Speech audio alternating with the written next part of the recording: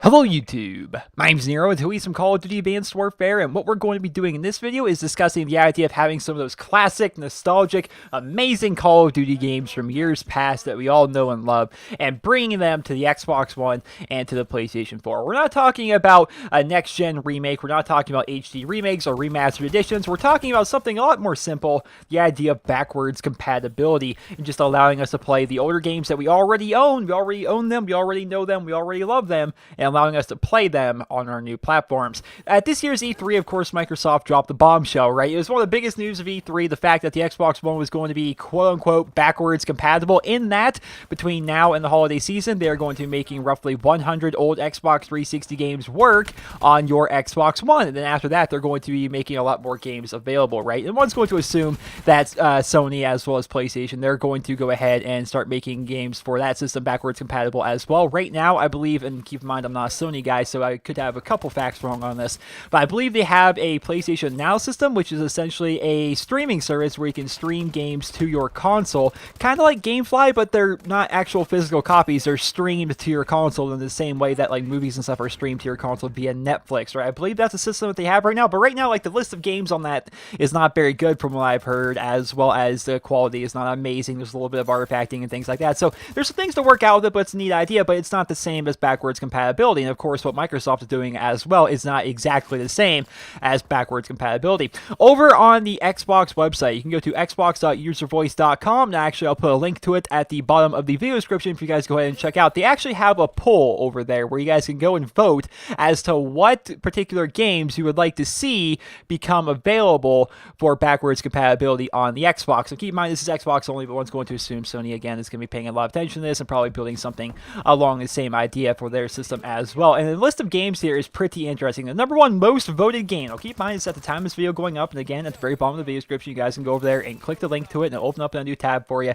and you guys can go and read the poll for yourself. Right now, the number one most voted game that people would like to have, Red Dead Redemption. Gotta say, I agree, man. Red Dead Redemption was a fantastic game. I'd love to see that kind of brought over onto the Xbox One, but at the same time, the thing about it is, I think what people are kind of forgetting about this is Red Dead Redemption, they're not going to be updating the graphics or anything, they're just going to essentially make it work on your Xbox One, right? Not going to be updating it at all, but at the same time, Red Dead had some fantastic graphics. It was an amazing game for its time, especially. If you haven't played it before, just picture your Grand Theft Auto but in the Old West. It's even made by Rockstar. It's a ridiculously good game. A lot of people like it. Number 2 on this list is Call of Duty Black Ops 2. I think a lot of people saw that coming. Everyone seems to love Black Ops 2. It's only a couple thousand votes behind number 1. Black Ops 2 is ridiculously popular. Probably the most popular Call of Duty game to date, and people love that game, and they would love to be able to play it on their Xbox Ones rather than have to go back to their Xbox 360s. It makes sense.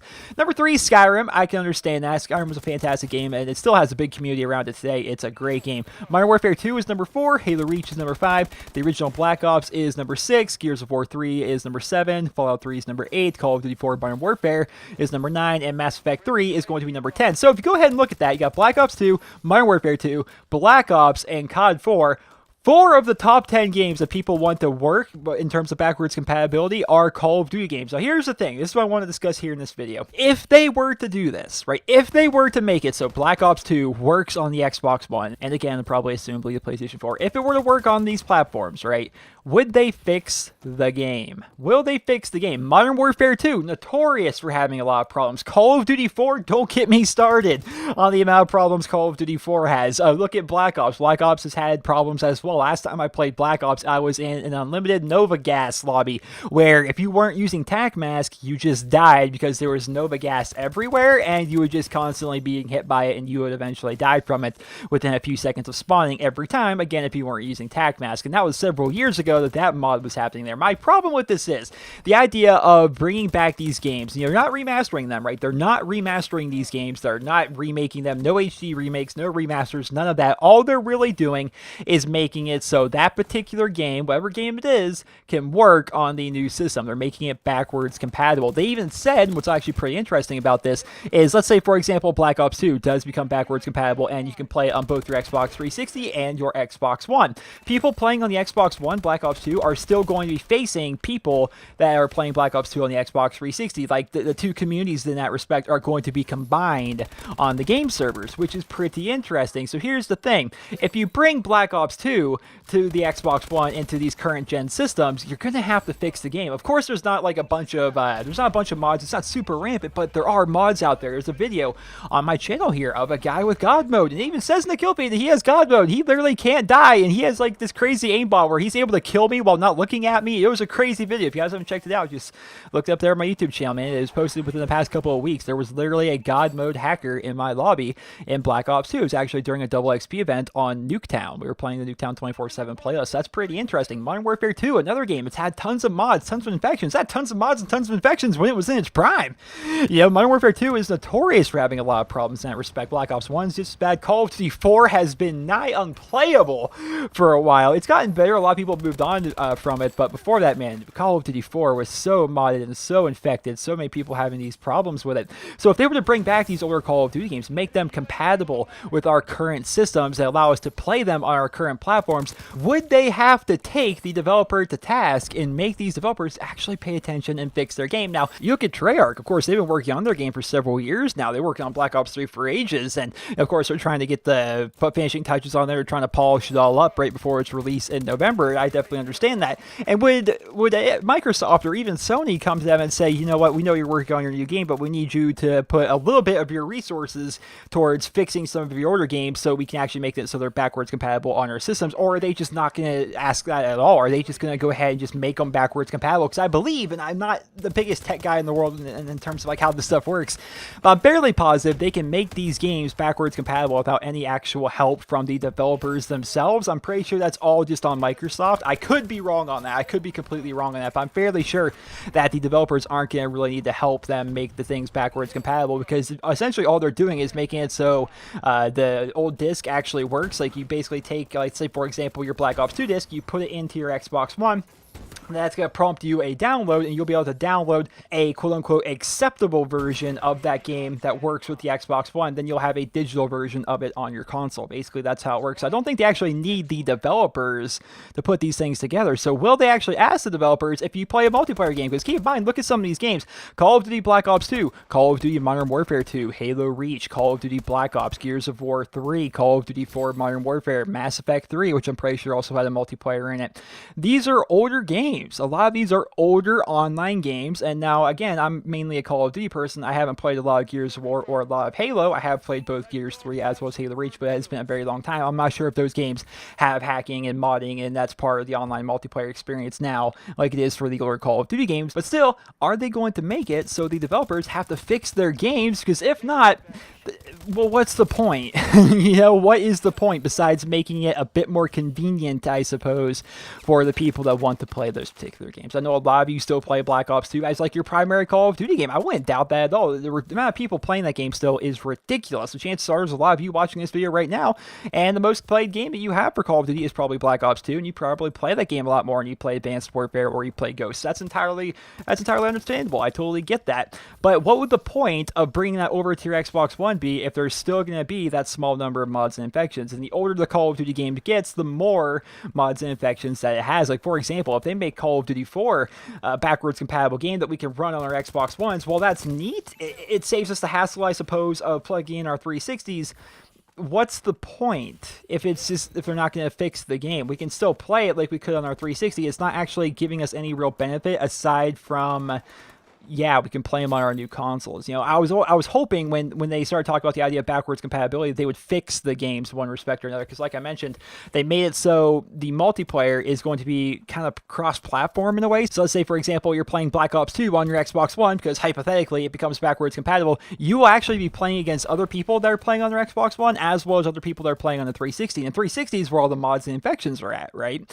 So you could still have that end up happening, even though you're playing on a new system. And the graphics aren't aren't going to be updated whatsoever. You know, it's not going to look any better. They're not doing an HD remake. They're not remaking anything. It's just going to become backwards compatible. It's basically going to make your Black Ops 2 disc work with your new console. That's all it's going to do. That's all it's going to do. So I wonder if they're actually going to go ahead and fix it. That's what I would like to see. I would like to see them actually try to patch your Call of Duty games. You know, again, going back to what Robert Bowling said, I believe many years ago, I believe it was Robert Bowling that said it, that they just simply can't fix with a simple patch. They can't fix the older Call of Duty games just by the way that the code and the security works for those older games for whatever reason. There's really no way to stop people from modding it, because whenever they put out a patch, the modders will just be able to go right around the patch, and then they have to put out a new patch to cover up the old one. It would just be a never-ending cycle of them putting out a patch, the hackers going around it, then putting out a patch, the hackers going around it if they wanted to. But the thing about it is you know, Call of Duty 4 and World at War have been so modded for so many years that people don't really do it anymore. Of course, it still happens. Don't get me wrong, it totally still happens. And some of them are stupid, like infection ones. Like if you get into a lobby where the host of the lobby has like super speed on, then suddenly everyone else in that lobby is infected. So if they host a match and that match also has super speed, and like literally one person can ruin the entire player base for those older games. Because you think of like Call of Duty 4, at the most you'll have 500 people playing the multiplayer, and you know, if one person gets in there with an infection that spreads to other people, before long it goes to everybody and everybody's infected. So one person can literally ruin the online experience of a game when they're that small. So I would like to see if they're going to fix them. I'd like to see if they were to fix some of these older games somehow, or if they're just going to make them backwards compatible and just allow us to play them on our new platforms, which honestly I think is the goal. I honestly think it's the goal. And the thing about it is, even though we have this poll, which once again at the very bottom of the video description, if you guys want to check it out, you can feel free to do that. You guys can even vote as to what games you would like to see remade. But at the end of the day, I don't think it's going to influence them too much, because I think they're still going to just go ahead and make what games they planned on making backwards compatible. Now, games like Skyrim, games like Red Dead, I think it'll be pretty simple for them to go ahead and bring back. Red Dead does have a multiplayer, but I don't think there's too much modding or infecting going on there, because nobody really plays the Red Dead multiplayer. And, you know, games like that, games like Fallout 3, games like Mass Effect 3, maybe not because they have the multiplayer, Bioshock Infinite, games like that, I feel so they'll probably bring back those games at one point pretty easily, make them backwards compatible, because they're single player games and it would work. But I think the idea of making a game like Black Ops 2 or Call of Duty 4 or Gears 3 or what have you come back as a backwards compatible game while the multiplayer is full of hackers and infections, like I don't know if that would necessarily look good. Like they would say, oh look, you can play this. Like, well, how could they advertise that, like the greatest game ever, the 2007 game of the year, Call of Duty 4 finally available to play on your Xbox One, and advertise it, you know? And then when people actually, you know, either buy it, because some people will buy it, because some people probably didn't have it for the 360, so they don't get it for free. You know, some people buy that game like, oh, the multiplayer is completely hacked and ruined. And I don't know, I kind of understand it from the point of the developer. Like, the developer, you can't really sign up to continuously support a game. Or like, if you're a developer and you put out a game, how long are you signing up to support that game? To me, I feel as though the developer should just continue to support it regardless. You know, Call of Duty 4, as old as it is, almost 10 years old, ladies and gentlemen, I still think they should support it. I don't know what they could do, again, going back to what Robert Bowling said way back when. They said that they necessarily can't fix it. You know, the modders can just continue to go around it. But I'd like to see some kind of post-support on games, even though they're very old. Some kind of like, if you get on, for example, I got on Modern Warfare 3 this past week. If you get on Modern Warfare 3, it's telling you, like, the message of the day is, be sure to follow, like, @InfinityWard for more Call of Duty Ghost news and information. It's like, how out of date is that? I remember if you get on Call of Duty 4, it says to follow @402 for the latest Modern Warfare 2 information, which is hilarious. First and foremost, since when's Modern Warfare 2 a new game? That stopped being a new game like 6 years ago. The idea that it says to follow 402, Robert Bowling, the former community manager for Infinity Ward, who's no longer with Infinity Ward, hasn't been for several years, but it still tells him, like, on the main menu of Call of Duty 4 to go ahead and follow 402. Like, they haven't touched those games in years. They haven't, you know, and they have the ability to. We learned several years back when there was actually a bit of a controversy between Muslim people and Modern Warfare 2, because apparently there was an offensive border to a picture because it was hanging in the bathroom, and I don't know too much about the culture, but apparently it's offensive to have something referring to Allah in the bathroom. Apparently that's offensive, so they actually went in, Infinity Ward went in, and they patched it. They basically removed that picture frame from the bathrooms on Favela. They did that, and it's like, wait a minute, you have the ability still, like, to go into the game and change things if you would like to, yet you don't fix it? Like, I hate it. I hate it. So I don't know, man. I just want to discuss that in today's video. Hopefully you guys enjoyed the video. Hopefully you guys found it interesting. Of course, I'd be very interested to read your opinions on this idea.